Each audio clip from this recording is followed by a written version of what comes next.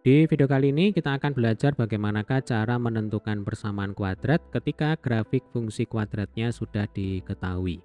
Perhatikan gambar berikut ini, persamaan kuadrat dari grafik fungsi tersebut adalah, nah adik-adik ini adalah grafik fungsi kuadrat ya karena berupa parabola. Nah kebetulan ini parabolanya menghadap ke bawah. Kemudian yang ditanyakan di sini adalah persamaan kuadrat. Nah, Dedek jangan rancu antara persamaan kuadrat dengan fungsi kuadrat ya. Kalau persamaan kuadrat bentuk umumnya itu ax kuadrat ditambah bx ditambah c sama dengan 0. Ya, jadi kalau sama dengan 0 itu pasti persamaan kuadrat. Nah, sementara kalau fungsi kuadrat, nolnya ini kita ganti dengan y ya. Jadi biasanya kan nulisnya begini, y sama dengan ax kuadrat ditambah bx ditambah c. Atau boleh juga fx ya kan sama dengan ax kuadrat ditambah bx ditambah c. Nah, jadi yang kanan ini adalah bentuk umum dari fungsi kuadrat ya. Jadi keduanya ini mirip. Nah, yang beda kalau yang kiri ini sama dengan 0, ini persamaan kuadrat. Kemudian yang kanan ya, nolnya itu kita ganti dengan y atau fx. Nah, ini fungsi kuadrat. Selebihnya sama ya. Selanjutnya tugas kita adalah menentukan berapakah nilainya A, B dan C ya, nilainya A, B dan C berdasarkan grafik yang diketahui. Nah, kalau kita amati ya, grafik ini ternyata berpotongan dengan sumbu X ya di dua titik, min 1 dan 3 ya. Atau kalau kita bicara koordinat berarti ini min 1,0 yang ini. Lalu yang di sini koordinatnya adalah 3,0. Dengan kata lain, nanti X1-nya itu sama dengan negatif 1, kemudian X2-nya itu sama dengan 3. Nah, informasi ini penting ya.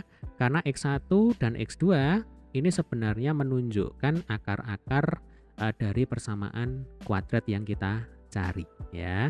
Sehingga kalau akar-akar dari persamaan kuadrat itu diketahui, maka selanjutnya kita bisa menggunakan rumus Y sama dengan A kali dalam kurung X min X1 kali dalam kurung X min X2 ya.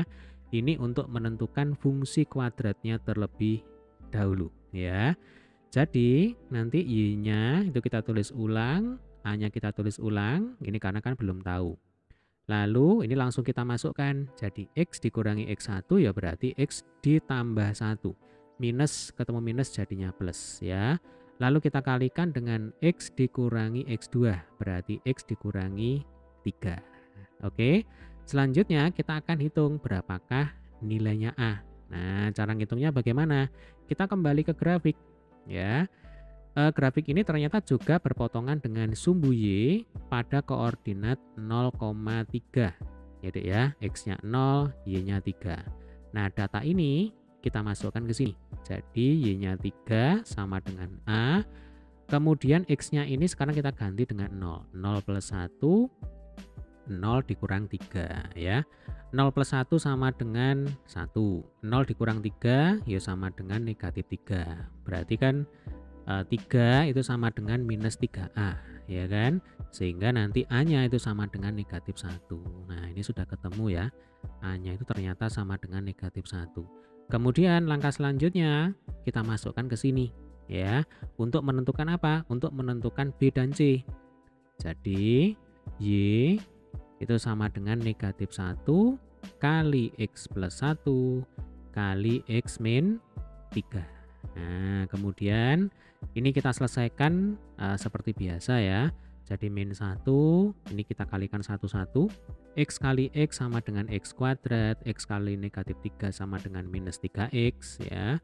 Kemudian 1 kali X ya sama dengan X, 1 kali negatif 3 ya sama dengan negatif 3. Baru kita kalikan dengan negatif 1.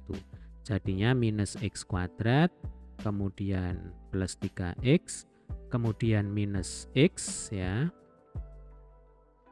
Nah, ini minus X, lalu minus 1 kali minus 3 sama dengan plus 3. Nah, tinggal kita rapikan. Minus X kuadrat ditambah 2X ya kan, kemudian plus 3. Nah, ini adalah fungsi kuadrat ya, karena kan Y sama dengan sekian.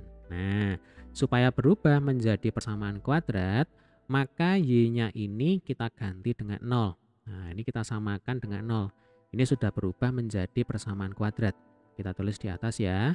Oleh karena yang ditanyakan itu adalah persamaan kuadrat, nah maka Y-nya ini adik-adik ganti menjadi 0. Sehingga 0 atau dibalik aja ya. Min X kuadrat ya ditambah 2X ditambah 3. Nah, ini sama dengan 0. Ini jawabannya. Jadi kalau ditanya persamaan kuadrat dari grafik fungsi ini adalah ini. Min X kuadrat plus 2X plus 3. Berarti nanti A-nya sama dengan negatif 1, B-nya 2, lalu C-nya sama dengan 3. Oke, gampang ya. Baik, demikian tadi adalah pembahasan soal kita kali ini ya. Jika ada pertanyaan, silakan tulis di kolom komentar. Semoga videonya bermanfaat. Sampai ketemu di video pembahasan soal berikutnya. Terima kasih.